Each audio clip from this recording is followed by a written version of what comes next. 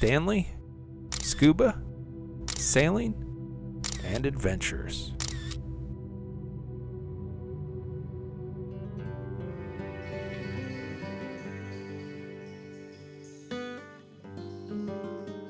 I appreciate you being here with me to log an entry in the travel journal. If this is your first time, please hit that subscribe button. Today we'll be scuba diving Saba's Ladder Lab dive site.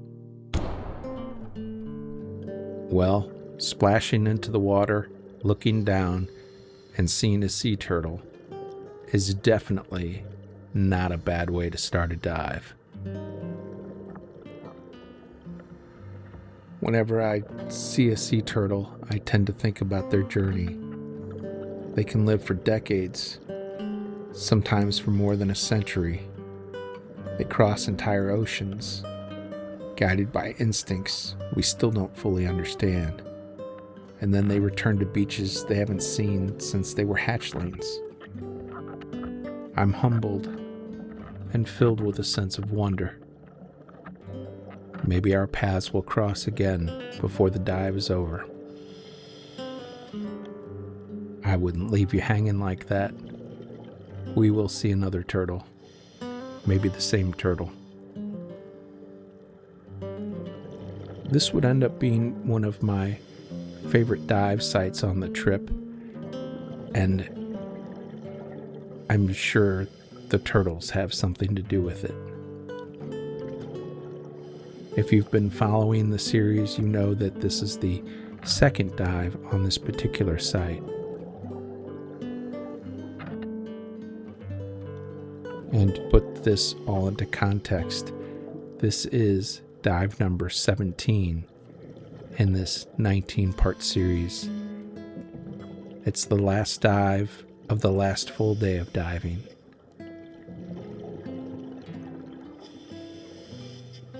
For me, I tend to have a lot of similar feelings on a trip like this. You start out on a week-long liveaboard and feel like you have an unlimited amount of time in diving. There's so much ahead of you. And then on day 2, you still feel like, wow, we've got several full days of diving left. And now all of a sudden, we're down to just a couple dives remaining. I start to reflect on the week, think about all of the dives, all the wonderful conversations, and good times and laughter between the dives. But at the same time, I can't help but feel a little melancholy knowing that I'm getting so close to the end.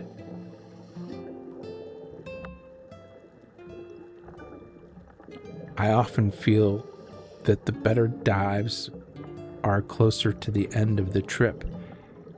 And I don't know if that's because the charter company wants to save the better dives toward the end and have you leave with those most fresh in your memory, or if it's because I'm appreciating these dives more as I get closer to the end of the trip.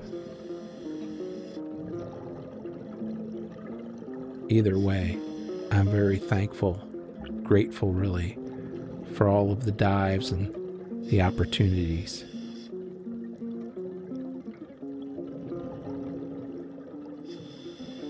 All of the dives in this 19-part series were recorded during a week-long liveaboard aboard the Caribbean Explorer 2. We boarded in St. Kitts. We're cruising and diving in St. Kitts. Then moving to Saba, cruising and diving here in Saba. And then we ended our trip in St. Martin. Here we have a pair of banded butterflyfish. The banded butterflyfish range in size from 3 to 5 inches, reaching a maximum of 6 inches. They're most often found in depths of water from 10 to 60 feet. This dive started at about 3:30 in the afternoon and lasted just over 50 minutes. My dive computer reported an average depth of 46 feet and a maximum depth of 71 feet. The water temperature averaged 84 degrees Fahrenheit. There's quite a bit of turtle video here, and at the end we'll get some close-ups, don't worry.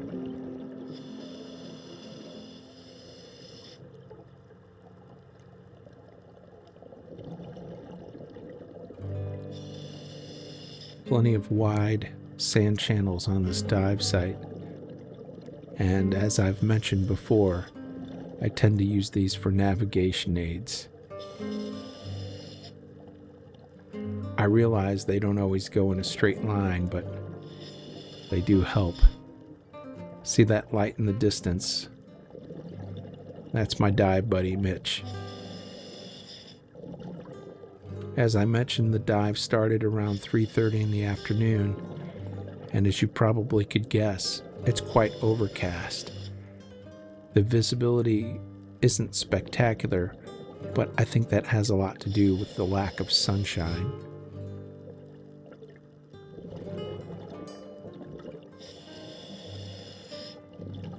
The water itself does have a little particulate in it, but not particularly cloudy. Again, I think the visibility has more to do with the lack of sunlight than the actual water itself.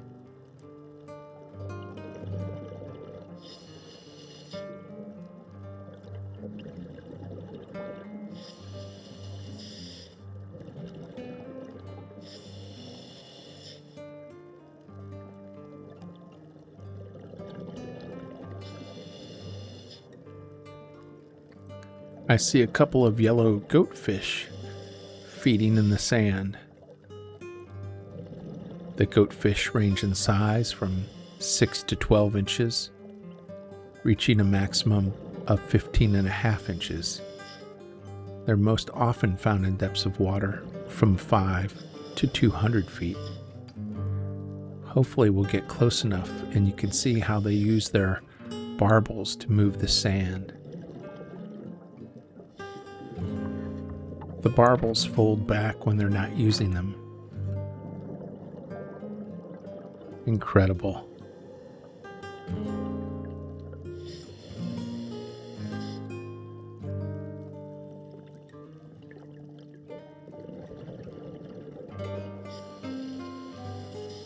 Perhaps I start to think more toward the end of the dive trip. And again, maybe it's because I'm more relaxed. You start out at the beginning of the trip, even if you've been diving many, many times, at least for me. That first shakeout dive, there's always a little bit of getting used to it again. It's this unfamiliar world, even if it's only been a few weeks since the last dive. This is a new place. We're usually diving with new people, at least I am. After several days, it's very familiar again.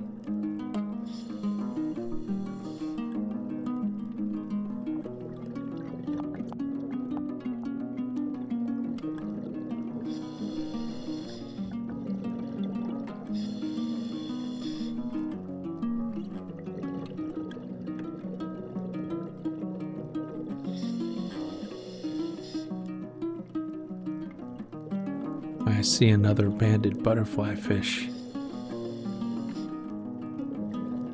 Only one this time.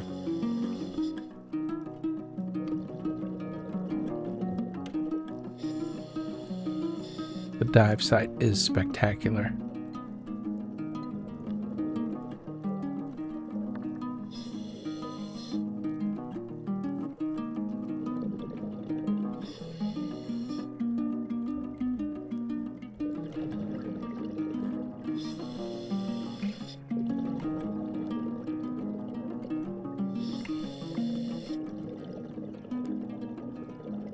Here we have a spotlight parrotfish this spotlight parrotfish is in the terminal phase.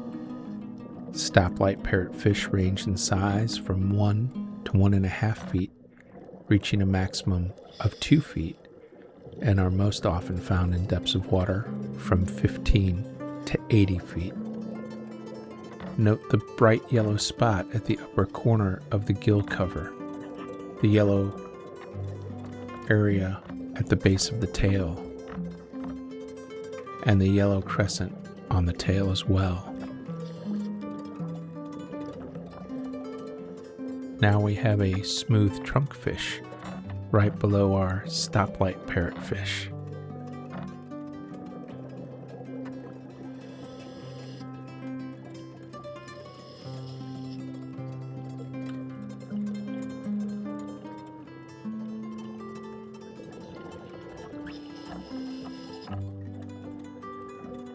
I believe this is a queen triggerfish. Not sure we'll be able to get very close.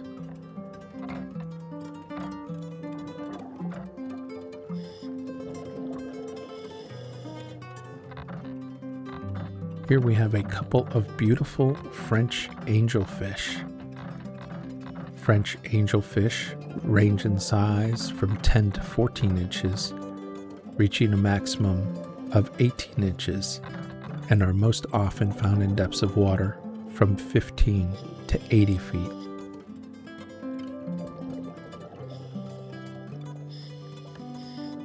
We can tell that this is a French angelfish by the bright yellow rims on the black scales.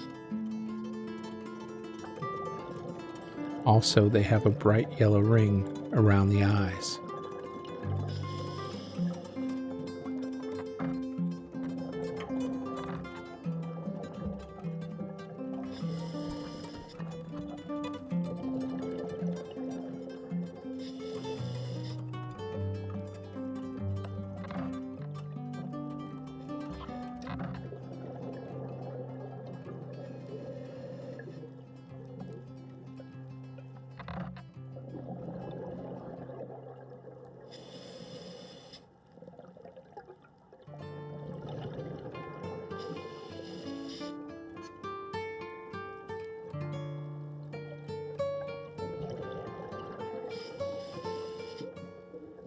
This French angelfish is coming to get a better look at the camera.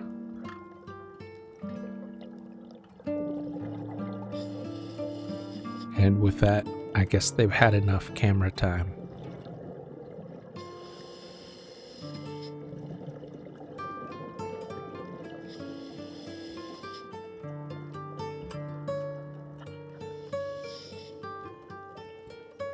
I see a very small nurse shark just hanging out in the channel. Nurse sharks range in size from 5 to 9 feet, reaching a maximum of 14 feet, and are most often found in depths of water from 12 to 100 feet. The distinctive features of the nurse shark include 2 barbels on the upper lip, 2 dorsal fins of nearly equal size set far back on the body, and a quite small mouth. Here you can clearly see the 2 barbels. This nurse shark is quite small, and I'm surprised to see it laying pretty much out in the open. It's being very patient as I approach head on, which I reconsidered and decided it would be better to approach from the side if possible. This channel's a little narrower than it appears in the wide-angle lens, and I want to ensure I don't bump into anything as I try to lower myself down to get a photo of the nurse shark, at the same time not touching the sand.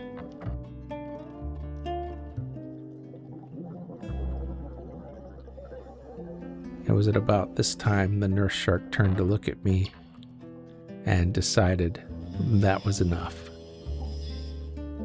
Although it didn't take off in a hurry, you can see it just slowly swam away.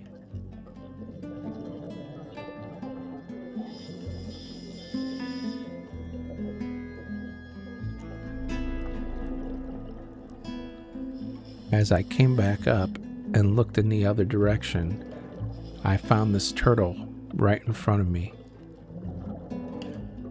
They'll sometimes wedge themselves into rocks to go to sleep, but this turtle clearly has both of its eyes open, so I don't know if maybe it's just having a rest. But it seemed like a good photo opportunity to me.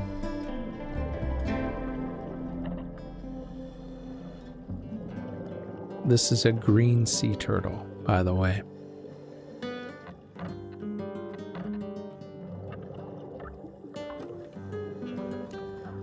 This turtle doesn't seem to be bothered by me and doesn't seem to be going anywhere anytime soon.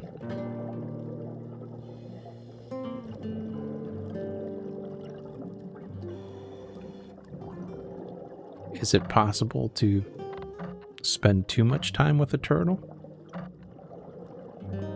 You tell me.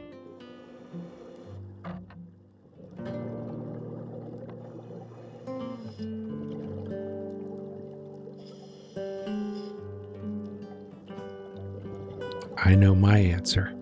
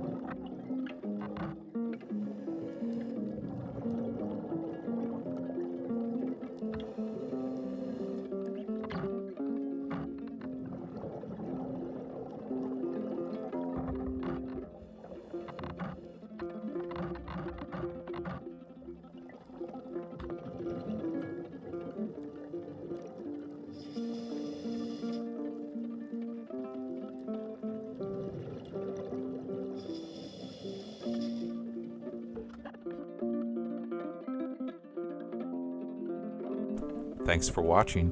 Please don't forget to subscribe, like, and comment.